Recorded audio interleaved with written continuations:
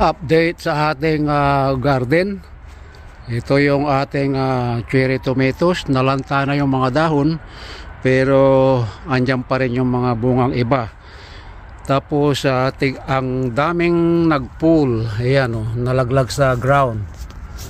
So pupulutin natin yan at ipipressure natin. Yan, ang dami po. Ito yung 16 na puno. So pupulutin ko lahat yan at ilalagay natin sa pressure. Huhugasan muna natin, hindi ilalagay natin sa pressure. So yan.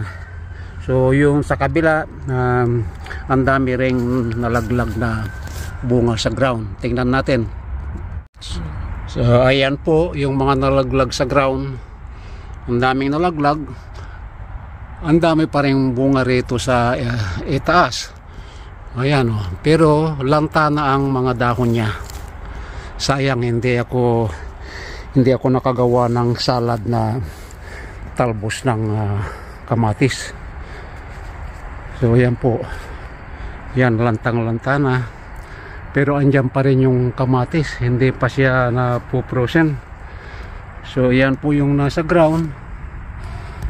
Pupulutin natin lahat yan at para mailagay natin sa freezer. Ayan, may mga pahinog pa. Okay.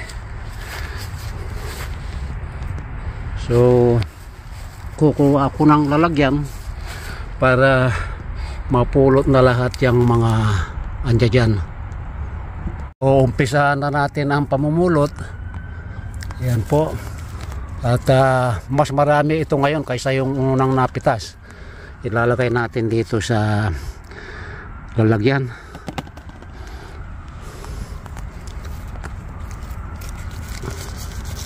Ang dami nito, talagang ilalagay natin sa pressure ito. Hugasan na lang pagka bago i-pressure.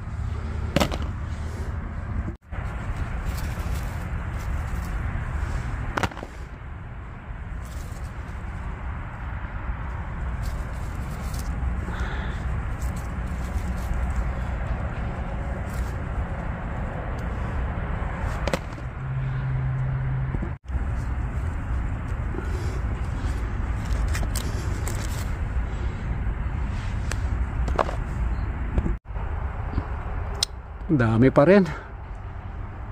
Ito na lang ang hindi napupulot dito sa 6 na puno.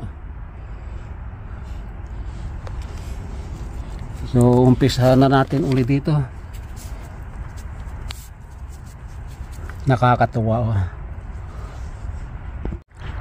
Subukan ko ngang iyug-yugin. I'm gonna shake it. Subukan ko nga kung malalaglag. O nga, malalaglag nga. Ayan, ayun, ganun lang pala. Kaya pala pagka humangin nalalaglag. Ayan, ganun pala. Ito pa. Kaya pala sabi ko, nagtaka ako, ang daming nalaglag. Yung pala pagka humangin. Tulad nito.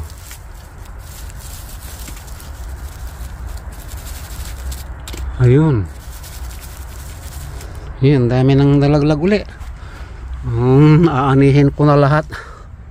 Hindi na ako mag-iiwan. Yan ang mga nalaglag uli.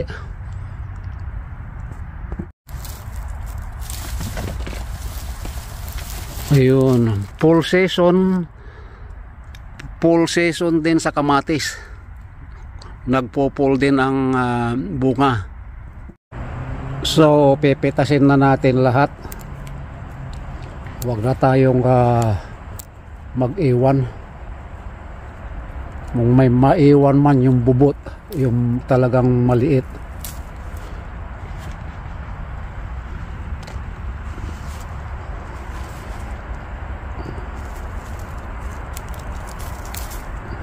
Yan, madali naman pitasin eh. Ito pa tingnan nyo yan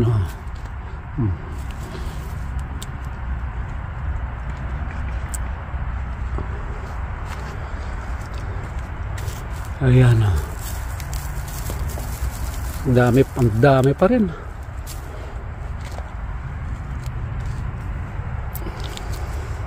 Yan, oh, mga hinog na, oh. Magalaw lang yung tangkay niya, malalaglag na. Ayan, oh. Dito sa kabila. Yan, ayun, oh, marami yun, oh. Lapitan nga natin. Oh, ang dami. Kukunin ko na rin yan. Sigurado malalaglag yan. Oh, nalaglag lahat na. Halos lahat nalaglag. Ayun, ito pa.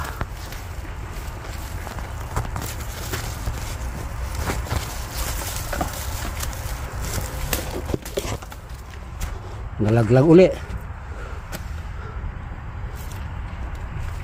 Pulutin.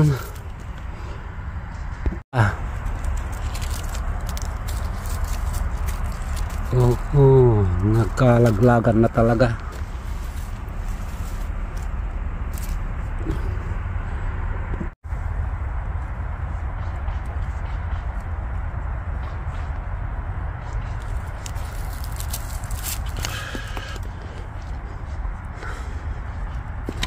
Nalalaglag talaga, oh.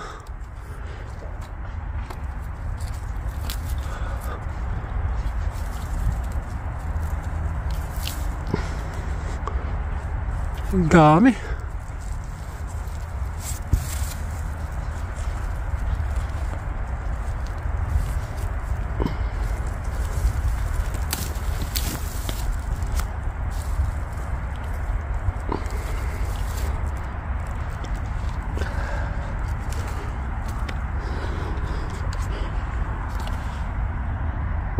So ito ang naani natin dito sa 5 puno. Ayan, so wala nang bunga yan. Mayroon man natira yung bubot, yung maliliit na. Lilipat naman tayo doon sa yung 16 na puno. Pero mas maraming bunga yata rito. Ayan. Yun ang isusunod natin. Itong mga iha-harvest natin.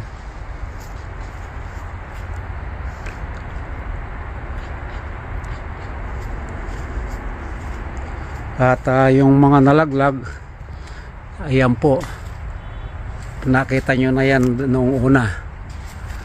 Ayan, dami. Isang oras na ako ritong namumulot, ah.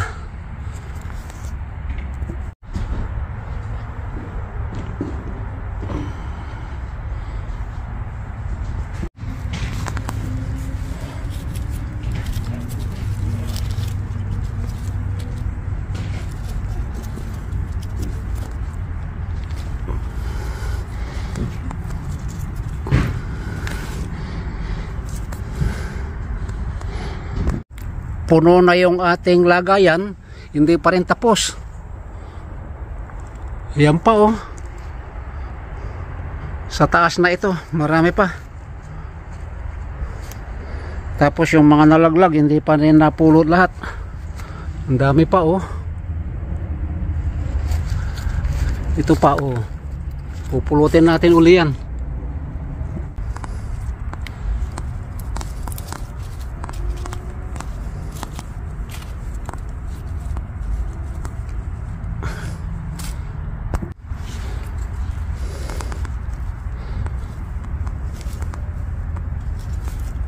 Para tayong namumulot ng ano nito, ng suso o kaya yung kuhol.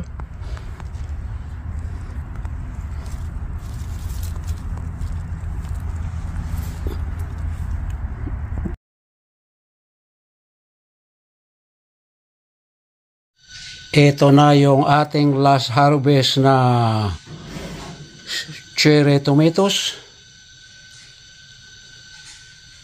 Ito naman beef slicer tomatoes, another cherry tomatoes.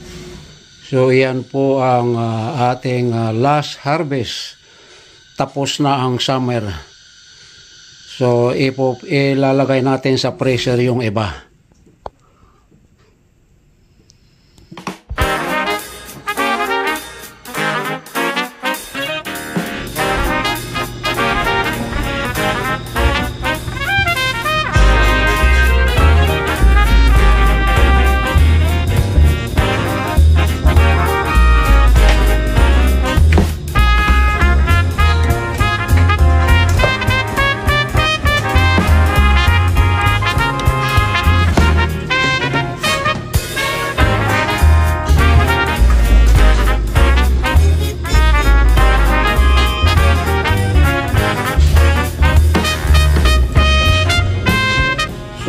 ito lahat yung na-harvest natin. Bali 4 na lalagyan. More or less nasa 12 kilos ito or mahigit. So ito yung sweet cherry tomato, another sweet cherry tomato, another sweet cherry tomato. And ito yung beef slicer. Ayan, ilalagay natin sa freezer ito, huhugasan na lang, ilalagay sa ziplock, and then ilalagay sa freezer para mayroon tayong stock na susunod na winter. Kasi magwe-winter na. So kung nag-enjoy kayo mga kapatid sa aking pinakitang video ng pamimitas ng aking last harvest ng aking kamatis or sweet cherry tomato summer gardening 2023. So this is the end of summer gardening. So kung nag-enjoy kayo mga kapatid, huwag kalilimutang i-click ang notification bell kung bago ka pa lang sa aking channel para updated kayo lagi sa susunod kong mga video. So see you next year for the summer gardening 2024. Bye bye na and thumbs up.